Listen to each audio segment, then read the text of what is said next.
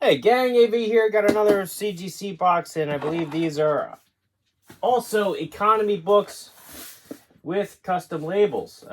Some good books in this batch.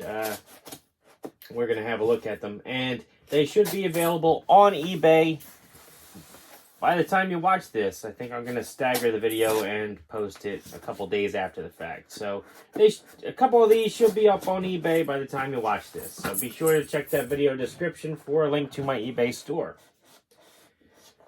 Oh, come on now. I got to sharpen this knife. That is embarrassing. All right. Yeah. We got a bubble wrap topper. Haven't seen the corrugated cardboard on top of the box for a while, but that's all right.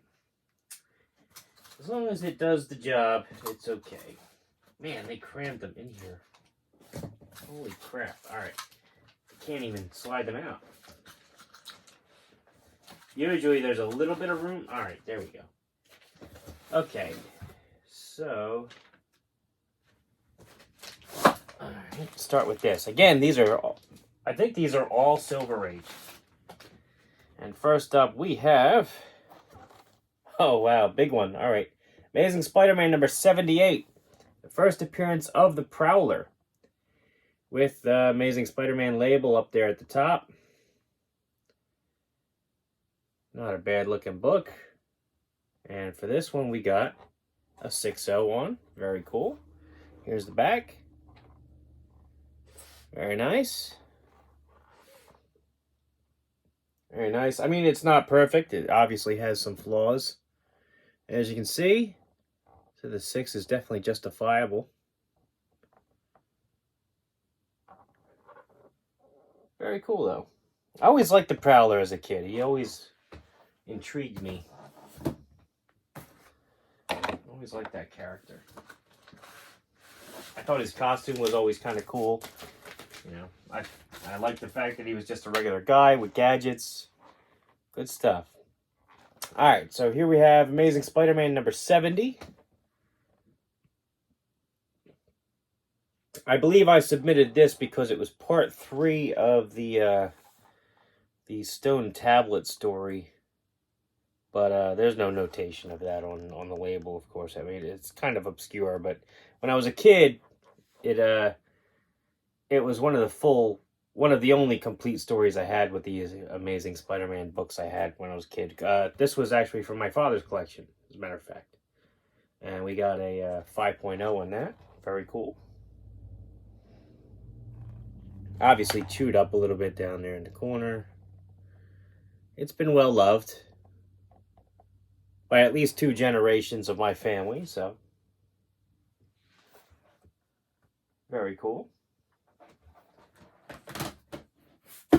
Next up, we've got another Amazing Spider-Man book. Okay, this is number 69. Pretty cool Kingpin cover there. Slight tear there in the book, unfortunately, but very cool. Kingpin cover there. And we got a 5.5 on that one. Again, the Learn to be a Painter ad on the back.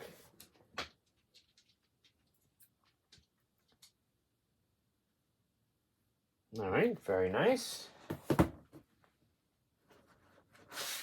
Next up we have same issue. I had doubles. I believe the 5.5 came from my dad's collection because I remember that tear at the bottom. So this one I got later. And this one is a 6.5. Okay. Very cool. I will definitely be selling one of these. But will I keep the one that was my dad's or will I keep the higher grade? I might keep the one that was my dad's, frankly. We'll see. We shall see. Because I like the nostalgia there. But anyway, still a very cool cover. I know a lot of people poo-pooed the John Romita when he went on to that title because, you know, everybody loved Ditko, and of course I love Ditko too, but because of the era of the books that my father had and then passed them down to me when I was a kid, I grew up with Romita Spider-Man, so holds a good spot in my heart to me. So these are number 68. This is the first part of the Stone Tablet trilogy, as I like to call it. Kind of cool cover right there. And we got a 6.5 on that. Very nice. Very cool.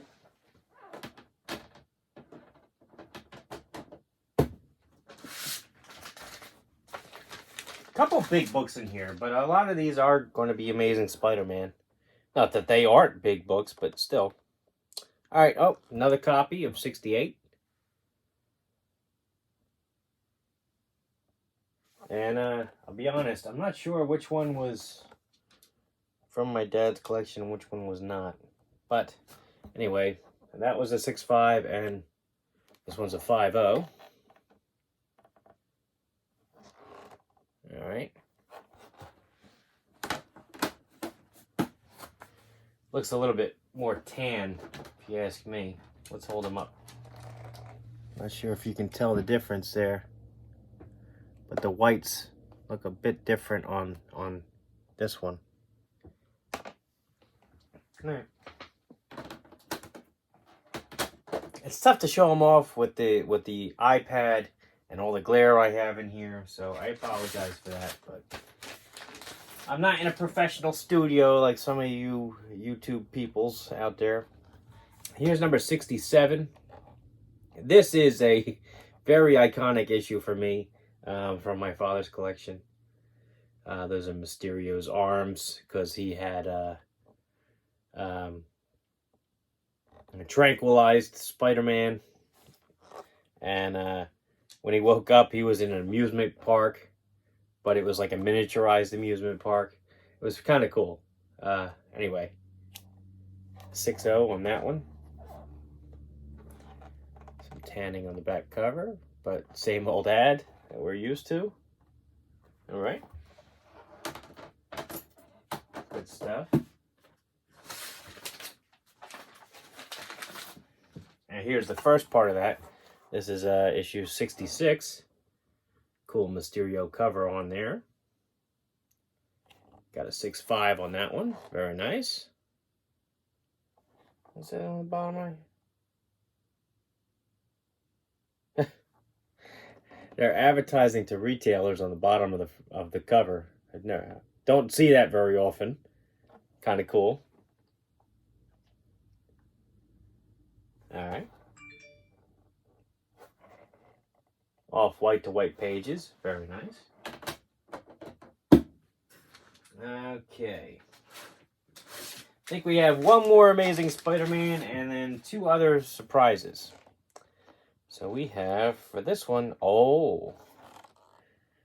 speaking of Ditko earlier, here is Amazing Spider-Man number 33. Probably my favorite Ditko Spider-Man issue ever. He was trapped underneath all the rubble and had to fight his way out. Find the resolve to lift the rubble up off of him. Very, very cool and dramatic story in this. Classic Ditko cover and story. And yes, I said Ditko story. He basically wrote this comic. Stan Lee just put the dialogue in after the fact. But anyway, the final chapter, classic Ditko. 3.5 on that one. Very respectable for this book. There's a back cover. We want to be a muscle man. It's funny. Back then, people were looking to bulk up and gain weight because they were too thin, too frail, you know.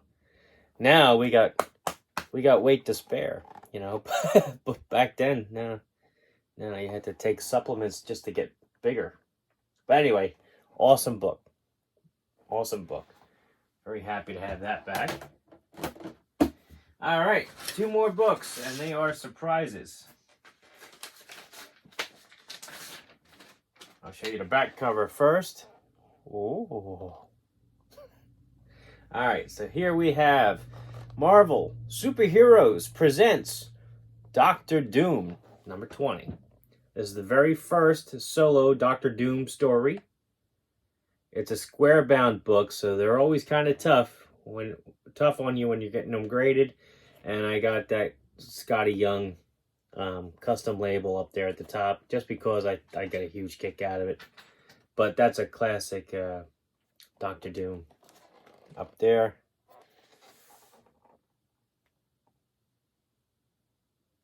Larry Lieber. Larry Lieber, that was Stan Lee's brother, right? I believe so. Because his real name is Stanley Lieber. Yeah, I believe Larry Lieber was his brother. So, I could be wrong. I mean, it's been a long time since I've brushed up on my Marvel trivia, but... So, this was a Larry Lieber story, and he also helped out with the cover and the artwork in the book. Roy Thomas helped with the story. So did Frank Giacola, I guess? Yeah. And Vince Coletta. So we got a 5.5 on that one. Very cool. That's very respectable for this book. Again, because this is a square bound. Even though this was 1969, it's 25 cents, which is because this was a thick book. Still presents very nice. Very respectable grade for that. And I believe that one will be for sale because I got another one. So here is the other copy. Same book, same label, and this one got a 7.0, which is huge. Awesome. Super stoked about that. Great grades in this box. Great grades. Book looks really nice. It does have a couple dog ears down in the bottom, but that's forgivable. Beautiful looking book. Beautiful. Alright, gang, so that was this Silver Age haul. I actually have gotten a notification today that I have another one on the way. They just finished grading it. So stay tuned in a couple days. Hopefully I'll have that one up. I also have another order from CBCS on the way, which is very cool. Looking forward to that as well. Ironically, that's the very first one I sent to CBCS. It somehow got a little held up in the shuffle, but I just got the notification that it's done. It's on the way. I'm super excited for that. So, yeah, stay tuned. So, I got some more books coming, and hopefully, again, I feel like I'm beating a dead horse, but I do plan on getting some more toy reviews up. I haven't forgotten my toy people. I will get those videos back up shortly. I just been very busy lately. I recently went to a toy convention, had a table, had a great time, made decent money. I posted the video for that, so you can just have a look at the showroom floor, and fingers crossed it should be coming in the next few months again. So hopefully you'll see me there if you missed me this time. Anyway, if you like this video, check out my channel where you'll see a whole bunch of other related content, which is what I've been rambling on about for the last 2 minutes. If you like what you see there, then please subscribe, like, comment, share, all that kind of stuff. Be greatly appreciated. Check the video description for links to all of my relevant content and all over the web. And as always, take care.